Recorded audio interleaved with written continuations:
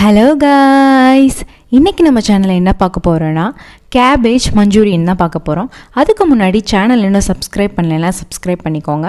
வாங்க வீடியோக்குள்ளே போகலாம். கேபேஜ் மஞ்சூரியன் செய்கிறதுக்கு தேவையான கேபேஜ் எடுத்துக்கோங்க. உங்களுக்கு கேரட் வேணும்னா கேரட் எடுத்துக்கோங்க.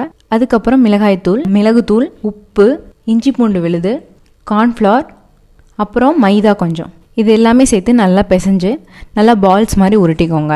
அதுக்கப்புறம் கார்ன்ஃப்ளவர் மாவு கொஞ்சம் கரைச்சி வச்சுக்கோங்க தண்ணியில். அதுக்கப்புறம் ஒரு கடாயில் எண்ணெய் காஞ்சதுக்கப்புறம் இந்த பால்ஸ் எல்லாம் போட்டு நல்லா ஃப்ரை பண்ணி எடுத்துக்கோங்க. அதுக்கப்புறம் ஒரு கடாயில் எண்ணெய் ஊற்றிக்கோங்க.